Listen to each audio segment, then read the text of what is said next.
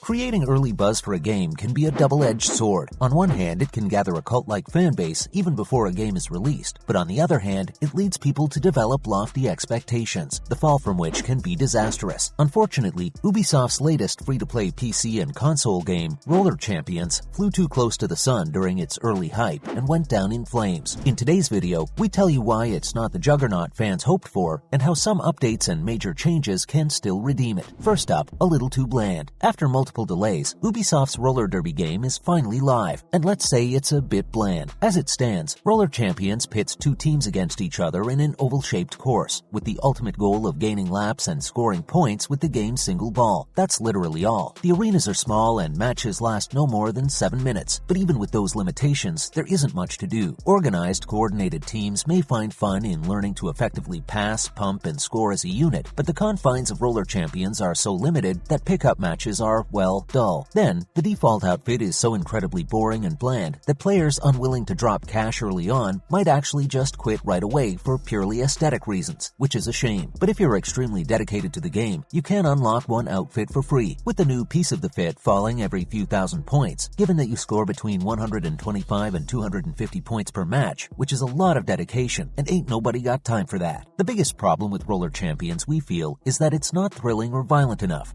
like the real NBA. And no, we're not saying that it'd be better off as a battle royale on wheels, but honestly, come to think of it, it wouldn't be so bad after all. Given how dull the whole gameplay can be, we wish we could do more with the opposing side than just hog the ball. Next, stick to a theme. Roller Champions is also all over the place in terms of style and presentation. The game begins with a surprisingly robust cutscene with lots of top-notch animations, but it also includes some out-of-place pop-style music that feels odd with the game's cartoony tones. Once in a while, an annoying announcer will try to seem like this awesome dude who wants to psych players up. This style, once again, feels very different from the game's opening, and when it comes to the actual match, where you'd expect fanfare or music, there's none, making it feel incredibly dull and boring. Ubisoft needs to take a cue from Knockout City, a game that sticks to its cartoony and jazzy themes throughout and does pretty well. And the game lacks content. Something many players have noticed right off the bat is that there's a serious lack of content. There's only one main game mode, one main stage, aside from the training stadium, and no gameplay tweaks or choices in the main menu. The core game mode is at least somewhat entertaining, but after a dozen or so online matches, it quickly turns stale because there's not much to explore. To be fair, the core game does have a lot of depth, especially for those looking to play as a team. Passing to each other, leaping into the air to dodge tackles, and gaining speed are all important features of this mode, but it could be enhanced by adding more strategies or even power-ups. This might help the game embrace its cartoony and wacky nature, but there's also a genuine problem that we noticed while playing this mode. Next, a lot of ball hogging and no teamwork. We all know that one of the few things that traditional roller derby and basketball games have in common is the teamwork and assists. In roller derby, jammers can't score until blockers help them by blocking and disrupting the other team. Roller Champions completely misses this point. Take Chris Paul, for example. He's one of the best NBA players of all time, not because he scores every point, but because he's so brilliant at getting the ball to whoever is in position to score. The problem here is that someone from the Roller Champions team has decided that only the active goal scorer is important. Tackles or assists don't matter, and don't earn any achievements or awards whatsoever, which actively discourages teamwork and encourages ball hogs, making the game less fun. Yes, we get it, it's free, but it's surprising to see a heavily hyped free title be bold enough to release it in a lacking state. While games like this will likely add a lot of content, it's evident that Ubisoft did not spend the time or money necessary to make this a full-fledged online multiplayer experience. Next up, ditch the outdated loot boxes. Then there's the monetization, and God, do we hate it. Easily one of the most annoying and unappealing parts of Roller Champions is the continued use of randomized loot boxes in the form of loot balls. These loot balls have all the hallmarks of a surprise mechanic attempting to be as addictive as possible. The sounds, animations, and hype make it appear thrilling, despite the fact that the prizes inside are pretty meh. Someone please inform Ubisoft that it's 2022, and having loot boxes in such games seems out of touch with what fans want and makes a lackluster game feel even more polarizing from the get-go. We feel the over-reliance on in-game purchases, rather than offering players with an enjoyable game first and foremost, feels demotivating and irritating. And now, bugs. Not to mention that it's also a little wonky. Players are complaining about the constant crashes, super long matchmaking queues, and a number of other server issues. And if the game wasn't bland enough in itself, we also have some serious community issues. You'd rarely ever see a team of strangers communicate with each other, but there are several opposing bullies and ball hogs who suck all the fun out of the experience. There's also a whole lot of dropouts mid-game. Some sore losers quit the match as soon as another team plows ahead, ahead, leaving the somewhat competent AI to take whatever's left of it. Players also decide to go AFK, which immediately puts their team at a disadvantage. We think finding better and smarter ways to penalize these players while still helping the affected team could really be helpful for the survival and success of this team-centric, free-to-play extreme sports game. Roller Champions, in the end, is a safe, generic, completely by-the-numbers take on family-friendly roller derby with occasional flashes of fun. You can't go wrong for the price. Remember, it's free after all, but we wouldn't hold our breath hoping for it to be the next Rocket League either. Now, in other news, Final Fantasy VII Reunion set to be greater than a mere HD remaster. Fans of the franchise were thrilled to find out that Crisis Core Final Fantasy VII Reunion is currently in the works, and while some of them began to question if this would simply be another remaster, the game's creator, Square Enix, revealed that fans would have something fresh to look forward to. By incorporating the most modern HD graphics, all characters in the game will have a completely new 3D model. Alongside a story full of turmoil, Final Fantasy VII will be fully voiced and feature freshly composed songs that have been wonderfully reimagined. The gameplay is tuned to be as seamless as possible, with numerous battle systems incorporated. In other words, we'll find out when the game is out. Next, Bungie and Elite Boss Tech agree on settlement. Elite Boss Tech has been selling Destiny 2 cheats for quite some time, so unsurprisingly, the group drew the attention of its developer, Bungie. Naturally, this resulted in a massive lawsuit. The most recent update is that Elite Boss Tech and Bungie have reached an agreement worth a staggering $13.5 million.